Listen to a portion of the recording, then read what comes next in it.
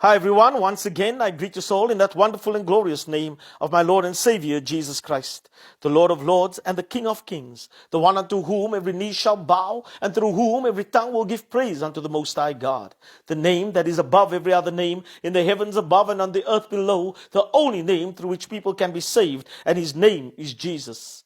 The message that I'm sharing today, I've titled Believe for It. My foundational text today is taken from the book of 2 Corinthians chapter 4, verse 13. And it reads as follows in the New King James Version of the Bible. And since we have the same spirit of faith, according to what is written, I believed and therefore I spoke. We also believe and therefore speak. 2 Corinthians 4:13 in the New King James Version of the Bible. Many people currently find themselves in what seems to be a place of impossibility to them and to those that know their circumstances. Maybe it's the diagnosis of a terminal disease, illness or disease, a marriage on the brink of divorce, where counseling seemed to have failed, or maybe a marriage that has already ended, but you're hoping for reconciliation. Maybe it's for the deliverance of a child that's been lost to addiction, that has ended up in a place where they're clearly mentally insane, talking to themselves, lost without hope.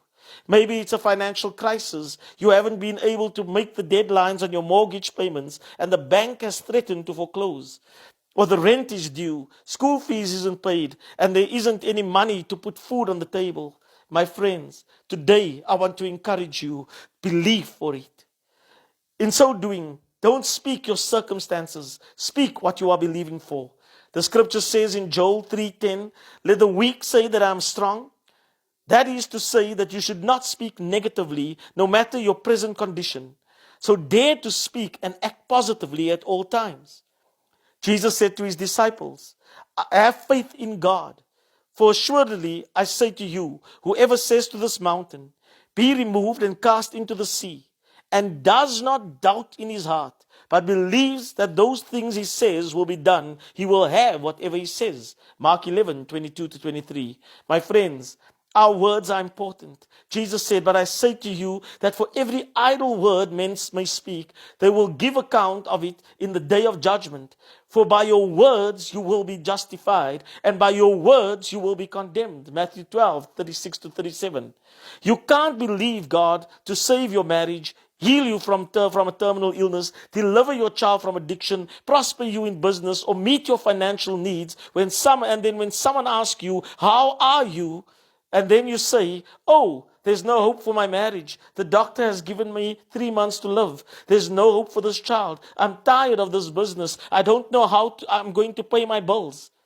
And then expect God to come through for you. The Bible clearly states, but when you ask him, be sure that your faith is in God alone. Do not waver, for a person with a divided loyalty is as unsettled as a wave of the sea that is blown and tossed by the wind. Such people should not expect to receive anything from the Lord. Their loyalty is divided between God and the world, and they are unstable in everything that they do. James 1:6-8. Jesus said to his disciples to have faith in God, not the counselor, even though it's good to seek godly counsel, not another person, not the doctor, even though we are not space cadets. We understand that God uses doctors, so we go to the doctor if need be, but our faith shouldn't be in them. They don't have the final say in anything God does. Not in the bank or in some rich relative.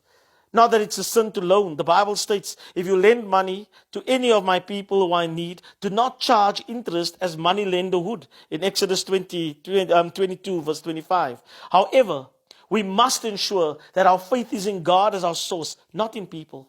My friends, whatever we believe in for, we should believe that we received it and ensure that we walk in forgiveness. Jesus said, therefore I say unto you, whatever things you ask when you pray, believe that you receive them and you will have them. And whenever you stand praying, if you have anything against anyone, forgive him, that your Father in heaven may also forgive you your trespasses. Mark 11:24-25. Notice something very important in Jesus' statement. After telling them to believe that they received, he tells them to forgive. Forgiveness is connected to receiving what you are believing for. God said, if my people, which are called by my name, shall humble themselves and pray and seek my face and turn from their wicked ways, then I will hear from heaven and I will forgive their sin and will heal their land. 2 Chronicles 7:14. In the verse just quoted, God says, if they turn away from their wicked ways, I will hear from heaven, forgive their sins, and heal their land. Repentance, my friends, brings about forgiveness, which brings healing. When you receive forgiveness, it will be easier for you to forgive others. The Bible states, if we confess our sins, He is faithful and just to forgive us our sins and to cleanse us from all unrighteousness. If we say that we have not sinned, we make Him a liar and His word is not in us. 1 John 1:9-10. Jesus, when His disciples asked Him to teach them how to pray, clearly because they noticed that whatever He prayed for, He received. Healing of every disease and sickness in Matthew 8:35. Provision to feed the multitude in Luke 9:16. And even raising the dead in John 11. Jesus teaching them to pray. In His prayer states, give us this day our daily bread and forgive us our trespasses as we forgive those who trespass against us. Forgiveness, my friends, follows the request. Whatever we ask for in prayer or declaration we make regarding our request, if we believe we received it, we thank God for it.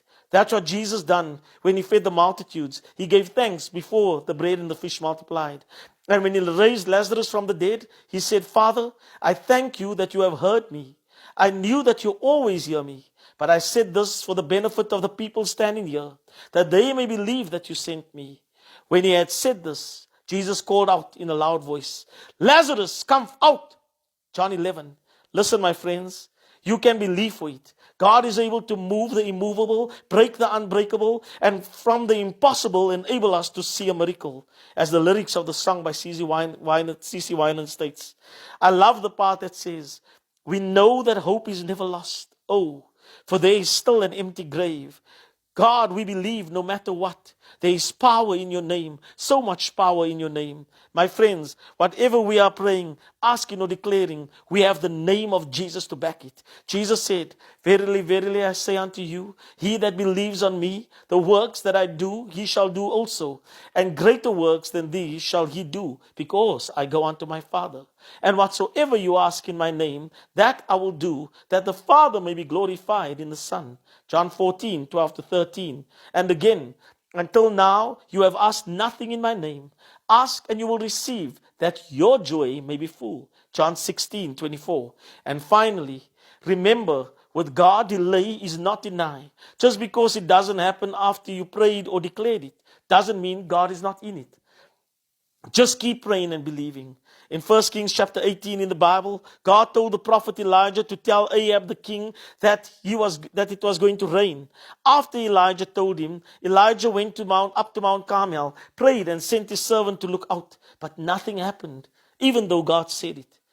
Elijah never gave up. He continued to pray. And the seventh time, the servant responded that there was a cloud the size of a man's hand. Thereafter, it rained. As I heard someone say, God says it, I believe it, and that settles it. May that be our attitude, my friends, as we put our faith in God. As it is written, now this is the confidence that we have in Him, that if we ask anything according to His will, He hears us. And if we know that He hears us, whatever we ask, we know that we have petitions that we have asked for. That is 1 John 5:14-15. So take hold of God's promises in His word pertaining to your circumstances and believe for it. Remember that God loves you and Jesus is Lord. From me, Brendan at God Equipped Ministries, be blessed.